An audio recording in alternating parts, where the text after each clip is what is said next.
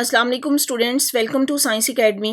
जी next topic है discovery of electron. Electron कैसे discover हुआ। अभी जैसे हमने पढ़ा कि साइंटिस्ट ने एक्सपेरिमेंट किए और इन एक्सपेरिमेंट को डिस्चार्ज ट्यूब एक्सपेरिमेंट का नाम दिया गया क्योंकि ये एक ऐसी ट्यूब ली गई थी जिसमें वैक्यूम क्रिएट किया गया और गैस को बहुत ही लो प्रेशर पे हाई वोल्टेज देके जब आयनाइज किया गया तो इससे एटॉमिक पार्टिकल डिस्कवर हुए। जैसे यहाँ पे देखिए, a discharge tube is a hard glass tube provided with two metallic electrode and a vacuum pump to evacuate the gas present in it. यहाँ पे ये डिस्चार्ज ट्यूब है, उसमें 2 इलेक्ट्रोड्स बनाए गए। इलेक्ट्रोड एक पॉजिटिव बनाया गया और एक नेगेटिव, और इसके अंदर से वैक्यूम क्रिएट किया गया।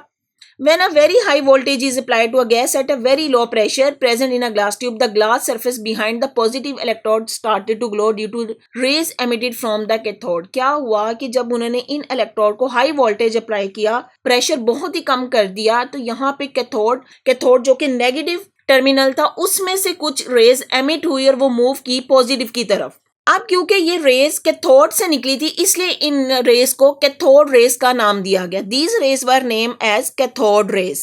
In 1897, British physicist Joseph John Thomson studied the properties of cathode rays by passing them through the oppositely charged electric plate। अब कैथोड रेज नाम तो दे दिया गया लेकिन उनकी करैक्टरिस्टिक पढ़ने के लिए साइंटिस्ट था जोसेफ जॉन, उसने एक्सपेरिमेंट किया और इन कैथोड रेज को ऑपोजिटली चार्ज इलेक्ट्रिक प्लेट्स के दरमियान से गुजारा। तो हुआ क्या कि जब उन कैथोड रेज को इलेक्ट्रिक प्लेट्स के दरमियान से गुजारा गया तो ये पॉजिटिवली चार्ज प्लेट की तरफ बेंड कर गई। क्यों पॉजिटिव की तरफ बेंड की? क्योंकि इनके ऊपर खुद के ऊपर नेगेटिव चार्ज था। ऑपोजिट चार्ज एक दूसरे को अट्रैक्ट करते हैं, इसलिए जो कैथोड रेज थी वो पॉजिटिव प्लेट्स की तरफ बेंड कर गई, उसकी तरफ मुड़ गई।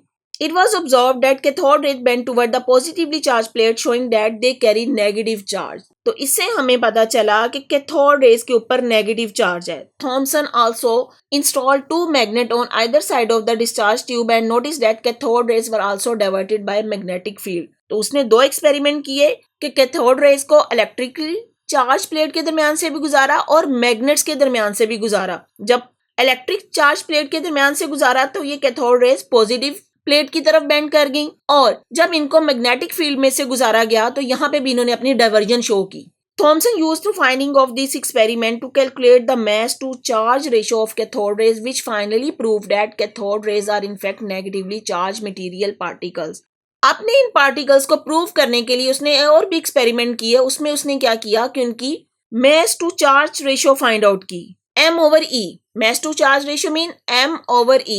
M/E जब mass to charge ratio find की गई तो इससे पता चला कि cathode rays are actually electrons या they are negatively charged particle। These particle were later named as electron। तो इन negatively charged particle को बाद में electrons का नाम दिया गया। It was also shown that electrons are subatomic particle of all element। तो जितने भी एलिमेंट हैं उसमें इलेक्ट्रॉन उसका सब एटॉमिक पार्टिकल है। तो इस तरीके से साइंटिस्ट ने इलेक्ट्रॉन डिस्कवर किए। जी स्टूडेंट्स, अगर आपको मेरा लेक्चर समझ आया है तो अपने फ्रेंड्स के साथ शेयर करें, मेरी वीडियो को लाइक करें और चैनल को सब्सक्राइब करें। बेल आइकन को क्लिक कर दें ताकि आने वाली हर वीडियो सबसे पहले आपको मिल जाए।